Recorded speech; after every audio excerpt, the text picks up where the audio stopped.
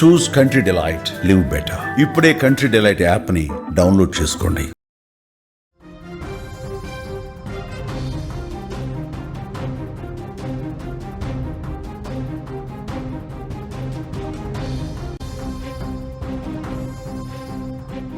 కత్తి, రక్తపు మరకలంటిన బట్టలు ఏవీ కనిపించకుండా చేశాడు ఆ బాలుడు. మీకు నేను చెప్పాలనుకుంటున్నాను, ఆ బాలుడి ఫోటో ఉంది మా దగ్గర, ఆ బాలుడి పేరు తెలుసు, ఆ బాలుడి వివరాలు తెలుసు. కానీ చట్టం ప్రకారం అతన్ని చూపించడం మీకు సాధ్యం కాదు. ఎందుకంటే child in conflict with law, CCL అంటారు అటువంటి నేరస్తుని. కాబట్టి మేము చూపించం. అతని ఫోటో డీటెయిల్స్ అన్నీ మా దగ్గర ఉన్నాయి.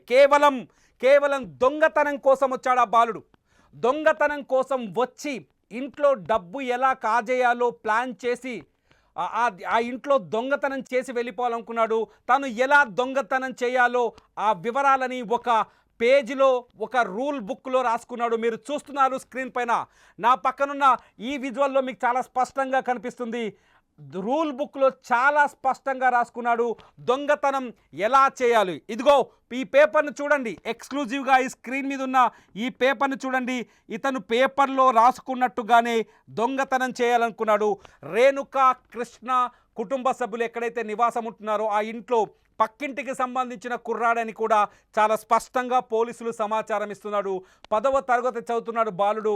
అతని ఫోటో చూస్తే ఇతన చంపింది అనిపిస్తుంది.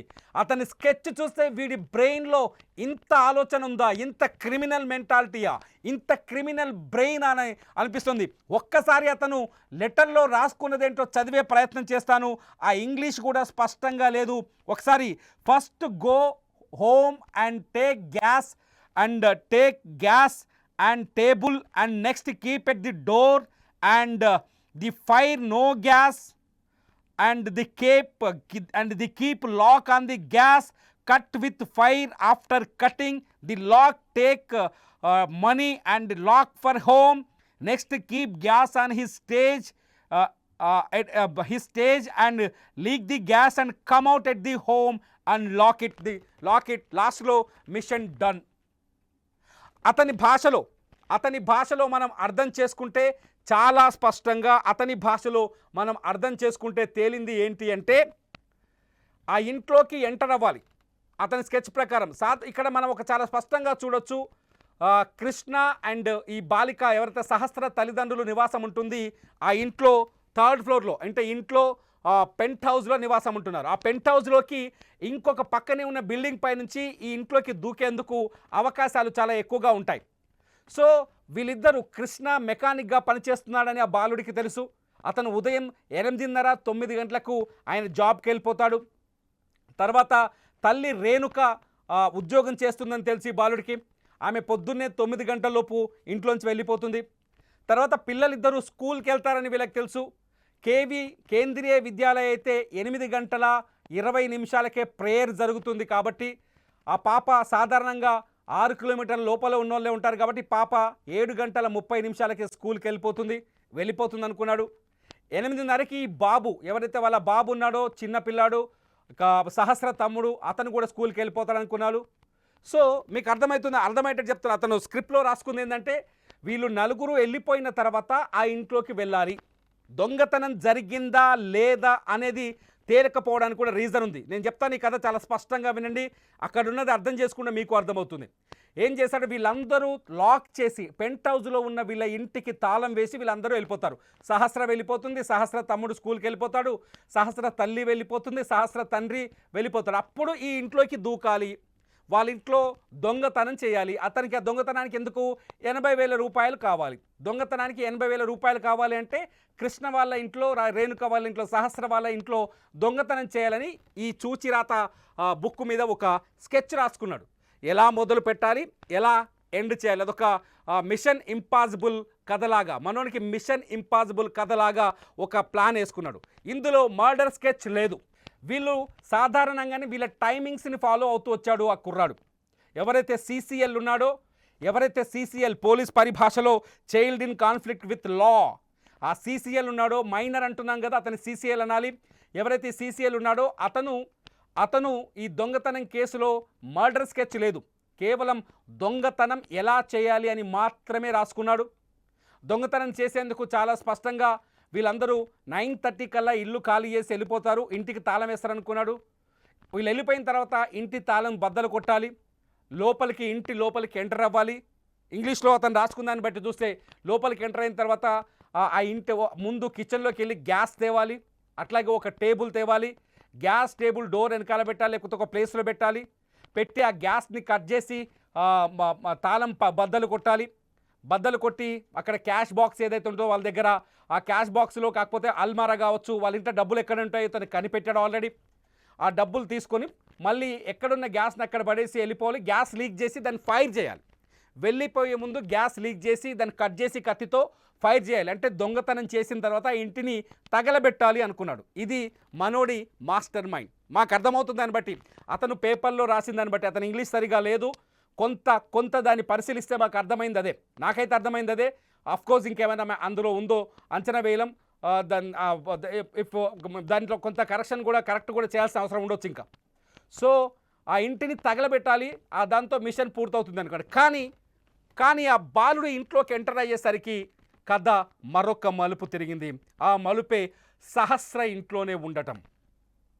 ఆ రోజు ఆగస్టు 18వ తేదీన ఆ రోజు సహస్రకి స్కూల్ లేదు. కేంద్రీయ విద్యాలయంలో చదువుతున్న సహస్రకి స్కూల్ లేదు. ఈ విషయం ఇంట్లో ఉన్న వాళ్లకు మాత్రమే తెలుసు. సహస్ర తండ్రి ఎప్పట్లాగే తన మెకానిక్ షెడ్కి వెళ్ళిపోయాడు. అతనికి బల్కంపేట్లో ఒక మెకానిక్ షెడ్ ఉంది, బైక్ మెకానిక్ షెడ్. ఆయనే ఓనరు, అక్కడ పనికి వెళ్ళిపోయాడు. తల్లి ల్యాబ్లో లోకల్గా ఇంటికి సమీపంలో ఉన్న ఒక ఆసుపత్రిలో రేణుక ల్యాబ్ టెక్నీషియన్గా పనిచేస్తుంది. ఆమె కూడా బాక్స్ తీసుకొని వెళ్ళిపోయింది. కొడుకు కూతురు ఇంట్లో ఉన్నారు. కొడుకుని కూడా బలవంతంగా, వాళ్ళమ్మ మాటలు వినొచ్చు మనం, వాళ్ళమ్మ మాట్లాడిన మాటలు వింటే అర్థమవుతుంది, బలవంతంగా కొట్టి కొడుకుని స్కూల్కు పంపించారు. కూతురు ఒక్కతే ఇంట్లో ఉంది. బిడ్డ నువ్వు ఇంట్లోనే ఉండు, డాడీ తొందరగా వస్తాడు, వచ్చి తమ్ముడికి టిఫిన్ అందిస్తాడు ఇవాళ అని చెప్పింది. ఇవాళ వాళ్ళ డాడీ పోలీసులతో చర్చించిన తర్వాత డాడీ బయటకు వచ్చి మాట్లాడిన తర్వాత ఒక విషయం చెప్పాడు చాలా స్పష్టంగా. వాళ్ళ డాడీ, నా కూతురు ఇంట్లో ఉంటే నేను 1కి 2 సార్లు వచ్చి చూసుకుంటాను, నా మనసు నిమ్మతంగా ఉండదు అన్నాడు. ఆ నాన్న మాటలు వింటుంటే గుండెలోంచి దుఃఖం పొంగుకొచ్చింది. 1కి 2 సార్లు నా కూతుర్ను చూసుకుంటాను, ఎంత అందంగా ఉందో సహస్ర బంగారు తల్లి. ఏ తండ్రికైనా కూతురు మీద కొండంత ప్రేమ ఉంటుంది, ఊహించనంత ప్రేమ ఉంటుంది. కూతురంటే ప్రతి తండ్రికి, ఈ భూమి మీద ఉన్న ప్రతి తండ్రికి తన కూతురంటే ప్రేమ ఉంటుంది. ఇక్కడ కూడా కృష్ణకు తన కూతురంటే ప్రేమ ఉంది. అందుకనే అతి వేగంగా 12:30కే ఇంటికొచ్చాడు. ఇంటికొచ్చి చూసేసరికి బయట నుంచి డోర్ వేసి ఉంది. కూతురున్న ఇంట్లో లాక్ ఉండదు, ఎందుకంటే కూతురు ఇంట్లో ఉంది కాబట్టి తాళం వేసే ప్రసక్తి లేదు. అక్కడ ఆ హంతకుడికి కూడా లాక్ వేసి ఉండకపోవడం చాలా సులువైంది ఇంట్లోకి వెళ్ళడానికి. లాక్ వేసి ఉండకపోవడంతో అతనికి ఇంట్లోకి అడుగు పెట్టడం చాలా ఈజీ అయ్యింది. అతని ప్లాన్ ప్రకారం ఇతను డోర్ లాక్ చేసి ఉండడంతో పరిగెత్తుకుంటూ ఇంట్లోకి వెళ్ళి చూశాడు. ఓపెన్ చేసి చూస్తే బెడ్రూమ్లో మంచం పైన రక్తపు మడుగులో బంగారు తల్లి సహస్ర కత్తిపోట్లకు గురై ప్రాణాలు కోల్పోయి రక్తపు మడుగులో కనిపించింది. ఆ దృశ్యాన్ని చూసి తట్టుకోలేకపోయాడు కృష్ణ. బోరున విలపించాడు. బోరున విలపించడంతోనే పరిగెత్తుకుంటూ వచ్చారు అదే బిల్డింగ్లో ఉన్న మిగతా వాళ్ళు. పరిగెత్తుకుంటూ వచ్చి చూసేసరికి అప్పటికే చేయి దాటిపోయింది. సహస్ర ప్రాణాలు చేయి దాటిపోయాయి. నిమిషాల్లో పోలీసులు వచ్చారు. ఇన్వెస్టిగేషన్ మొదలైంది. ఇన్వెస్టిగేషన్లో ఒక్కసారి మనం చూస్తే ఒక 15 ఏళ్ల కుర్రాడు ఈ దాడి చేస్తాడని, హత్య చేస్తాడని ఎవడు అంచనా వేసి ఉంటాడు చెప్పండి? పోలీసులు కూడా ఇలాగే విచారించారు.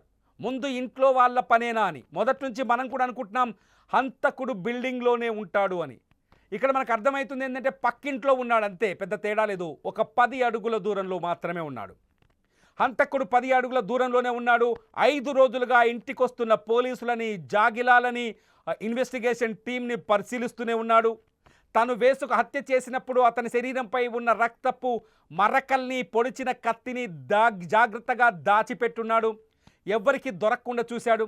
హత్య చేసిన తర్వాత డాగ్ స్క్వాడ్ డెడ్ బాడీ దగ్గర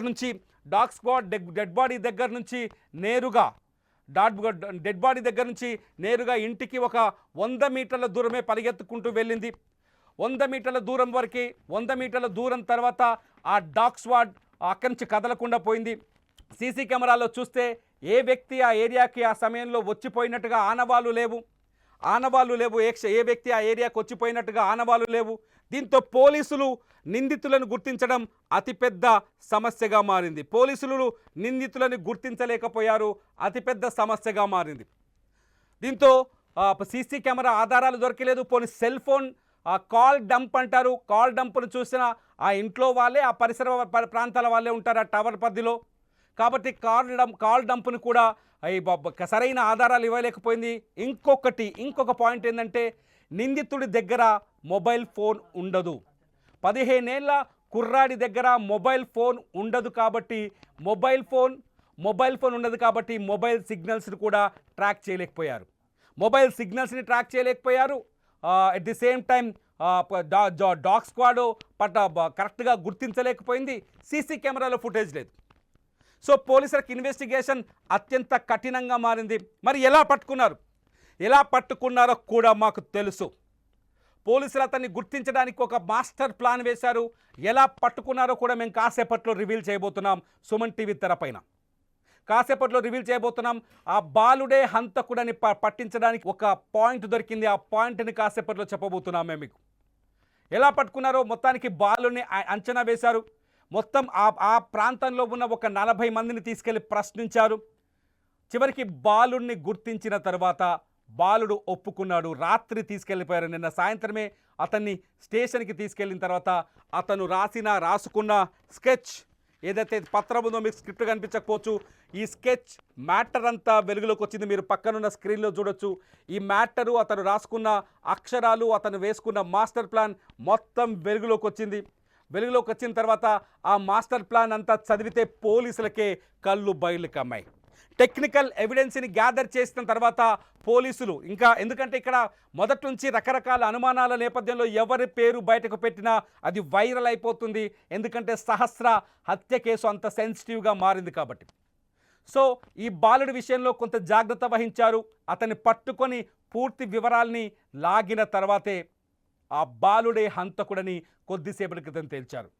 ఒక 15 ఏళ్ల కుర్రాడు తను ఒక దొంగతనం చేయడం కోసం ఇంత పెద్ద మాస్టర్ స్కెచ్ వేస్తాడని మీరు భావిస్తున్నారా?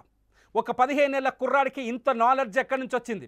ఒక 15 ఏళ్ల కుర్రాడు, 10వ తరగతి చదువుతున్న ఈ కుర్రాడు ఒక మర్డర్కి ఒక పేపర్ మీద స్కెచ్ వేసుకొని, వాడు ఇప్పుడే పేపర్ మీద స్కెచ్ వేసుకున్నాడంటే, దొంగతనం కోసం పేపర్ మీద స్కెచ్ వేసుకొని ఆ దొంగతనం బెడిసి కొట్టడంతో ఆ ఇంట్లో ఉన్న బాలికని ఇతను స్కెచ్ చేసుకున్న ప్రకారమే ఇంట్లోకి వెళ్ళాడు, దొంగతనం చేయాలనుకున్నాడు.